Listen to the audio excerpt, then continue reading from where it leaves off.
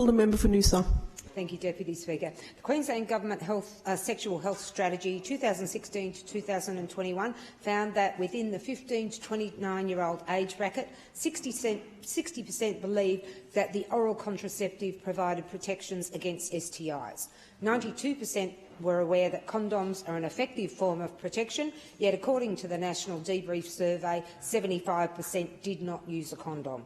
The same report noted that the primary source of information for young people is the internet, with Australia's Health 2020 report reporting that 79% of students in years 10, 11 and 12 were using the internet for sexual health information. As the Queensland report noted, schools and GPs can play a greater role around sexual health. However, a response from the Education Department stated that parents and carers make the best choice about educating children about sexuality and relationships. With only South Australia and Western Australia collecting data on pregnancy terminations, these have been used to obtain national averages, which indicate that nearly a third of all terminations occurred in the age group up to 24 years. This lack of Queensland-specific information makes it difficult to monitor whether public health interventions are successful in reducing termination rates. There was a clear request from MPs during the debate on decriminalisation of terminations that sexual health education and access to contraceptions were to be prioritised in reducing terminations. One male Year 10 student in my electorate shared that in his 10 years of Queensland public education, he recalled only 2 sexual education lessons, both of which took place in primary school. These focused predominantly on the reproductive system and life cycle, not on the dangers of STIs and protective measures or the importance of sexual consent.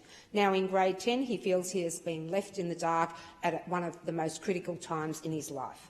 With online pornographic material becoming the education medium of choice for many of our young people, understanding consent and what a healthy relationship looks like is a confusing and sometimes dangerous prospect. All of these issues highlight the need for our children to have a safe space to find the information they need to make informed choices and ask the tricky questions about sex, sexual health and relationships. Whilst government has implemented a number of reforms and initiatives into schools, including the Respectful Relationships program, there remains a significant gap in sex education for our adolescent and pre-teen kids. Our education is the most accessible and effective platform to deliver credible information from trusted and appropriate sources. This includes Life Education and Healthy Harold.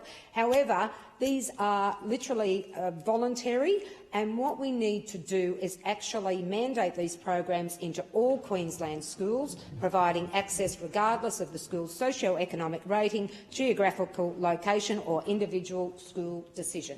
Thank you. Acting Speaker.